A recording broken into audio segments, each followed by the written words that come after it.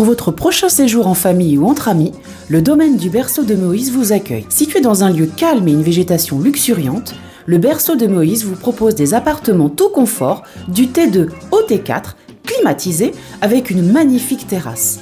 La détente est assurée autour de sa piscine et de son jacuzzi. Réservation au 05 90 81 64 28 ou au 06 43 87 30 15. Possibilité de privatiser le domaine pour vos événements familiaux et professionnels. Outre-mer News Sport, José Douglas. Ce rendez-vous du judo à Paris a tenu toutes ses promesses les 1er et 2 février dans un accord Arena de Bercy qui a fait le plein chaque jour de compétition. Quasiment tout le gratin du judo international avait fait le déplacement, avec également les judokas africains qui étaient présents pour affûter aussi leur qualité physique en vue des prochains grands rendez-vous. Certains pensent déjà à Los Angeles. Lors de la première journée, les judokas français n'ont pas déçu et ont récolté 10 médailles. Côté déception, lors du premier jour, c'est le Guyanais Peter Jean qui est passé à côté de son combat et échoue dès le début de la compétition. L'ancienne grande star guyanaise du judo français, Lucie Descosses, devenue coach, fait le point avec nous en ce début de compétition. Là aujourd'hui je suis responsable des équipes de France féminine, donc depuis 15 jours. Oui, alors Lucie, comment ça se passe alors? Écoute, on vient de démarrer.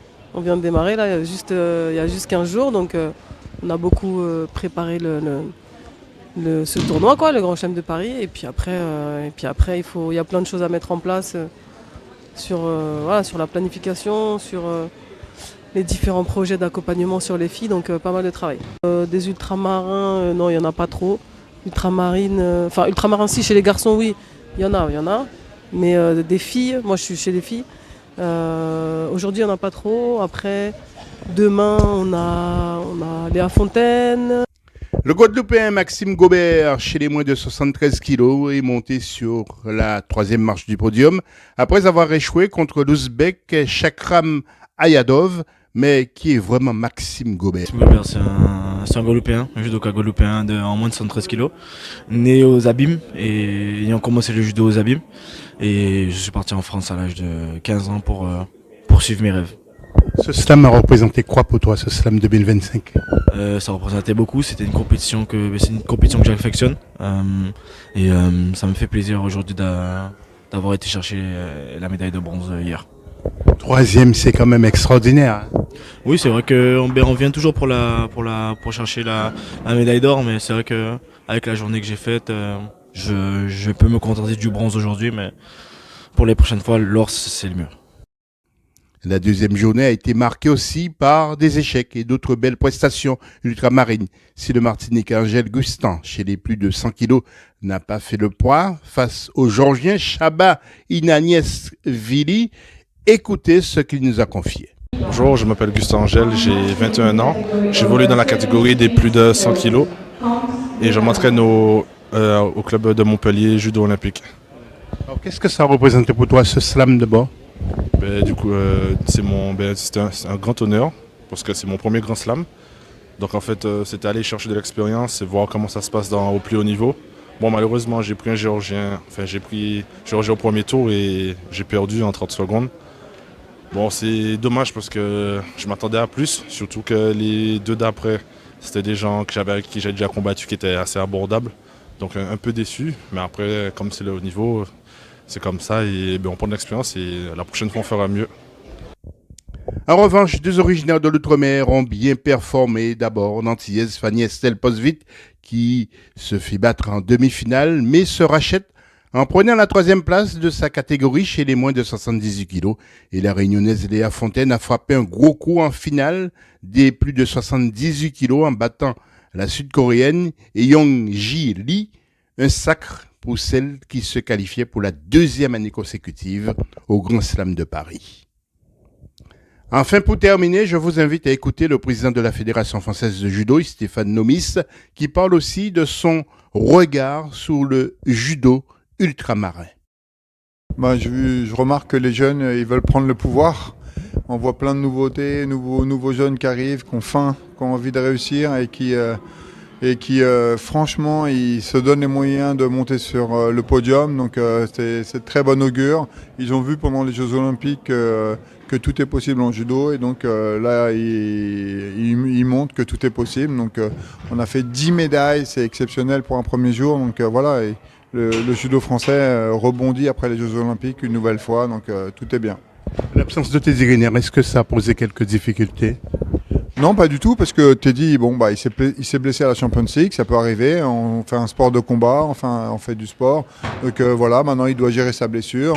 Comme il est plus âgé, ça va prendre un peu plus de temps qu'avant, mais voilà, ça n'a pas posé de problème. On a mis un remplaçant, et voilà. Et le stade, il est plein. Le stade, il était content de le voir, et le stade était content de fêter son héros. Donc c'était génial, quoi. Nous avons vu qu'il y a beaucoup d'ultramarins justement dans cette équipe qui participent justement à ce Grand Slam. Quelle est votre politique pour l'outre-mer? Sur les ultramarins, on voit que dans le judo, ils sont importants. Ils fournissent une bonne partie de l'équipe de France, et c'est des gens ultra compétents et qui sont bien formés sur chacun leur département. Et si tu veux, je le tiens. Non, ils sont très bien formés sur leur département, et donc ça fait que quand ils arrivent à l'INSEP, ils sont dans leur élément, ils sont prêts physiquement, et donc ils peuvent performer par la suite. On voit qu'il y en a sur toutes les catégories, donc c'est bien, quoi. Est-ce que vous avez mis en place une politique pour dénicher justement dans les départements d'outre-mer certains talents? Dans les départements d'outre-mer et dans tous les territoires, hein, moi je suis pour l'égalité partout. En judo, ce qui est bien, c'est qu'on laisse passer aucun athlète. C'est-à-dire qu'il n'y a pas de pépites qu'on rate. On rate pas de pépites. Tous les talents, ils sont pris en compte. Ils ont tous leur chance de réussir. Et ça, c'est quelque chose d'incroyable dans notre sport. Tout le monde peut réussir et tout le monde peut avoir sa chance. Il suffit de s'entraîner dur, de se battre, et il y a moyen de réussir en judo, quoi. Dernière question, vous préparez Los Angeles aujourd'hui, hein? Et moi, je ne vois que Los Angeles, hein. Aujourd'hui, le Tour de Paris, c'est une petite étape, c'est la première étape, mais moi, dans ma tête, j'ai que Los Angeles 2028. Évidemment, tout le monde commence à penser aux JO de Los Angeles. Teddy Riner est un homme pressé. Il a récemment subi une opération à cause de certains soucis physiques et se prépare pour les prochaines grandes échéances. Dans cette interview qu'il nous a accordée, il parle du dernier Grand Slam à Paris, des judokas antillais-guyanais, de son rôle d'animateur de radio, mais aussi de télévision surtout. Bref, Teddy, toujours très sollicité, s'est arrêté quelques minutes face aux médias. Ça fait plaisir, déjà d'arriver, on va dire, en décompression, pas se poser de questions, vraiment pour être mis à l'honneur avec cette équipe de France olympique, mis à l'honneur par rapport à tout ce qu'on a gagné pendant cette Olympiade, et puis voilà, de ne pas se prendre la tête, ça fait plaisir, c'est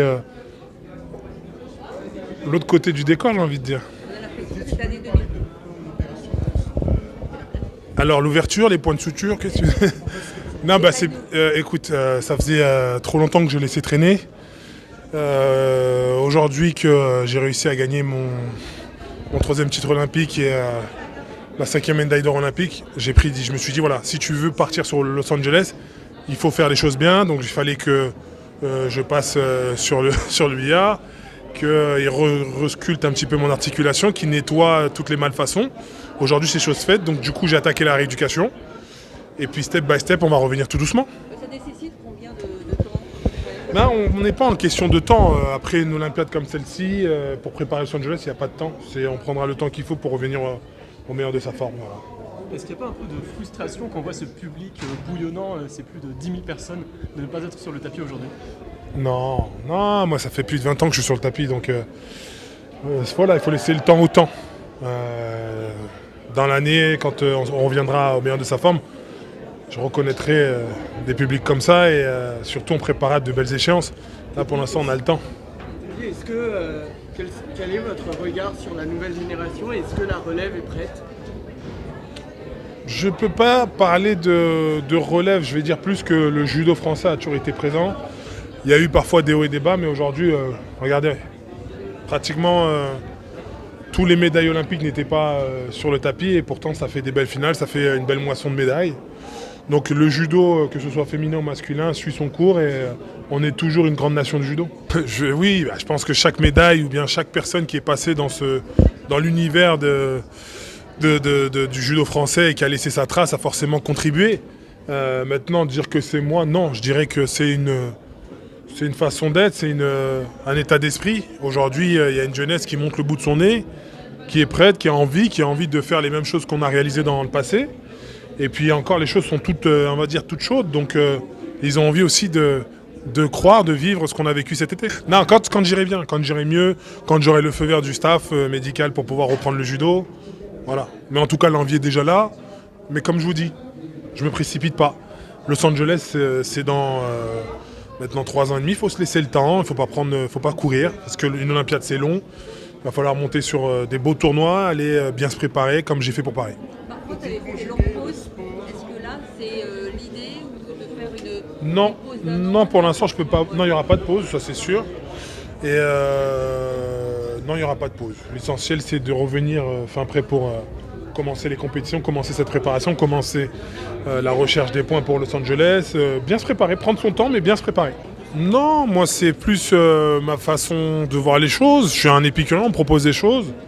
Je m'essaye, je prends du plaisir à les faire, et puis voilà. Mais pour l'instant, c'est toujours ma carrière, c'est toujours le judo avant tout. Et quand j'ai un moment et une parenthèse dans ma carrière, là, je m'amuse.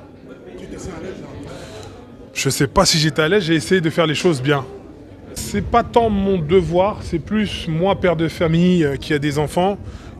J'ai envie que le sport soit à l'école parce que d'une manière générale, le sport c'est la santé, c'est l'éducation, c'est une manière de réinsertion sociale. Et puis lorsque on a des enfants qui ont envie de rêver, qui ont envie d'être champions eux aussi, eh ben, on a envie de les accompagner. Et si le ministère ou bien l'État ne fait pas ce qu'il faut, là il y a des questions à se poser. Donc du coup, là on joue le jeu de prendre la parole. Ouais. Cette parole-là, on a l'impression aussi que c'est l'effet JO où tout le monde s'est mobilisé ensemble, il y a eu les sportifs. Je pense que les gens enferment ça dans les Jeux Olympiques. Or, c'est pas les Jeux Olympiques. Là, on parle vraiment du budget sport qui touche tout le monde et c'est important de le surligner. Non, moi Non, moi d'une manière générale, j'ai toujours défendu le sport. Donc c'est pas parce qu'on a eu des beaux Jeux Olympiques qu'on m'entend un peu plus. Non. Là, il y a un sujet. J'ai pris la parole parce qu'il faut défendre ce sujet. Et oui, on a vécu des beaux jeux. Oui, les Jeux Olympiques qu'on a vécus laissent un héritage et un poids on va dire, dans la mémoire de tous les Français et même de l'international, je dirais. Et il faut s'en servir parce que c'est notre génération, c'est notre futur, c'est les petits jeunes qui ont vu et qui ont vécu ça, qui ont envie de se bouger, de penser haut et grand. Et ça, c'est leur avenir. Et ça, il ne faut pas le laisser tomber ou retomber. O-News Radio sur outremernews.fr.